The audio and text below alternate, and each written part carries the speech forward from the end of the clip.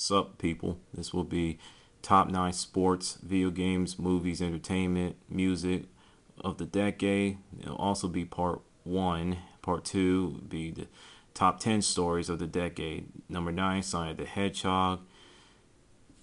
It was a great, great franchise. It still is. A great mascot for Sega. At one point, it was rivals with another mascot named Mario from Nintendo. Great console wars between the Sega Genesis versus Super Nintendo. Not that bullcrap you see with the PS3, 360, and the Wii. Two icon franchise, let alone mascots, went a different direction. Mario is on the top of the mountain, let alone top of their game. Unfortunately for Sonic the Hedgehog, it took a nosedive after the Sonic Adventure series from the Sega Dreamcast. I mean, the gameplay is jacked up, the camera is broken, the story makes no sense whatsoever, the voice acting is, well, debatable, and what else? The graphics are beautiful though. And there's been a lot of talk the last decade, will Sonic continue to be in 3D or should they go back to 2D or whatever? I think they should stay in 3D, stick to the Sonic Adventure path. That's the way I feel. I'm sticking to it. Oh yeah, the worst Sonic the Hedgehog game to ever come out is the Sonic the Hedgehog 2006. Look, I haven't played the game, but for what I've been hearing, it's beyond terrible. Number 8. Oh, before I move on to number 8, Sonic the Hedgehog needs a long, long rest. That goes with Mario and Halo and other franchises that been out for far too long. Number 8, the basket brawl. The Pistons versus the Pacers in the NBA 5 years ago. I'll find that video. I'll post a link on the description box. Y'all know what to do. That was a really bad moment for the league. So much so, David Stern had to do something about it, and they adapted a dress code and start hailing down punishment, stiffer, tougher punishment for players who get out of line. So, most people thought that the dress code was racism. Thought it was. I don't know why, but that's what they said. So that was a really bad moment for the National Basketball Association. After that, you had Clemson versus South Carolina college football teams get into a big brawl as well. Number 7, new artists in the music industry. I mean, you see Alicia Keys. Who else I'm thinking missing? Kelly Clarkson.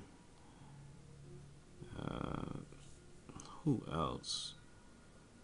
I mean, there are a lot of artists came in this decade. I mean, Soulja Boy. No, not Lil Wayne. He was in the 90s. Kanye West. I mean, everybody. Number 6, the fighting games. I feel that the fighting genre in video games is being disrespected for the fact it's not. How can I put it like this? It's not mainstream. It's not like Halo, Call of Duty, Left 4 Dead, Warcraft, and other big name franchise. I mean, there were some really good fighting games in this decade. Marvel vs. Capcom 2, Capcom vs. SNK 2. I mean, there was just a lot of good fighting games. Virtual Fighter series, Dead or Alive series, Soul Calibur series. There was crossover games, and yeah, including Mortal Kombat versus DC Universe.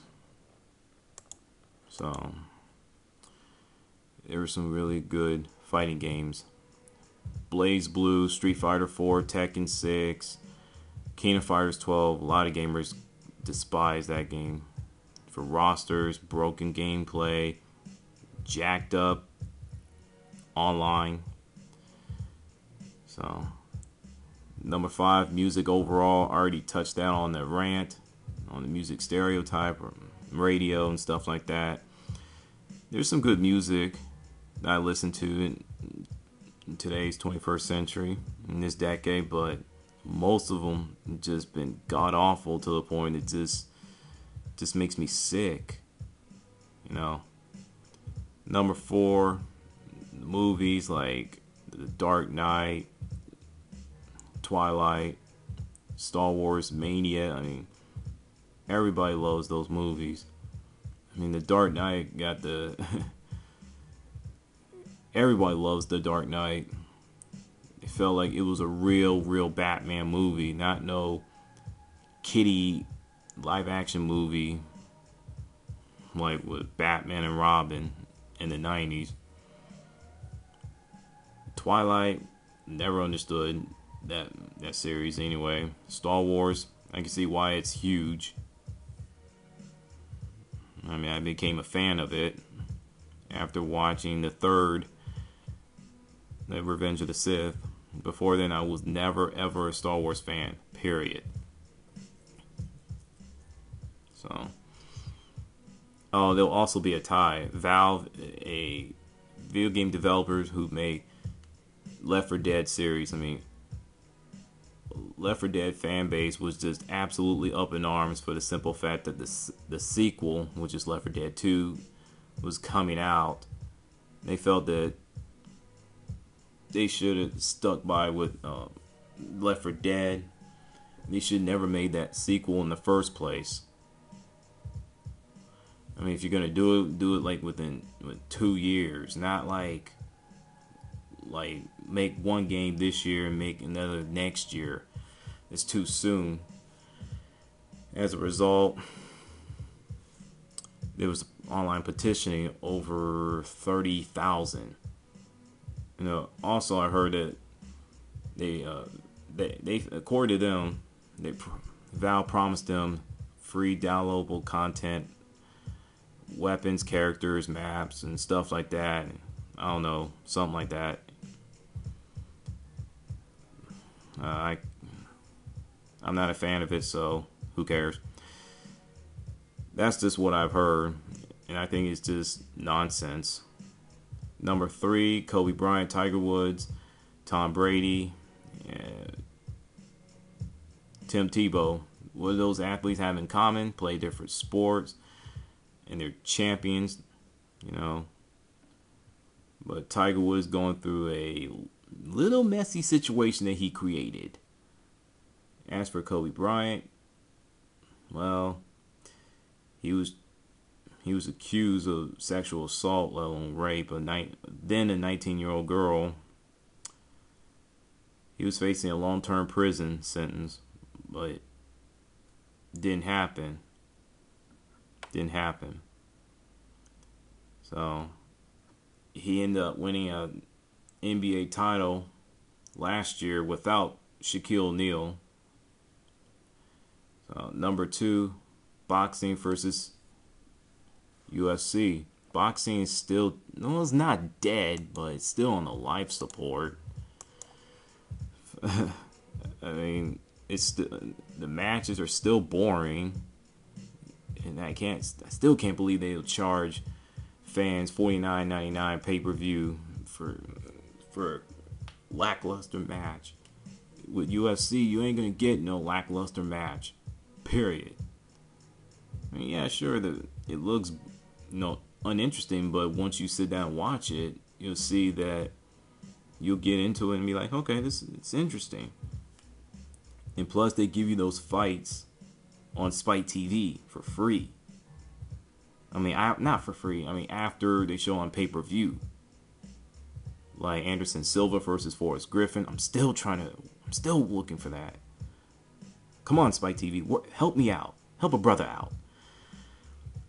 Oh yeah, next year, Manny Pacquiao versus Floyd Mayweather Jr.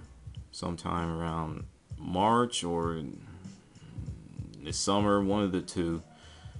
I can't wait. But it's going to take a lot more than those two fighters, a blockbuster fight of the new decade, to bring boxing out of the coma. And heavyweight division is not coming back. So, shh, quiet down, boxing purists. Just be quiet. Number one, New England Patriots, the Los Angeles Lakers. What do these two teams have one in common? Well, they play in different sports, but they win championships. Patriots won 3 in this decade. Lakers 4. And with that, I'm out.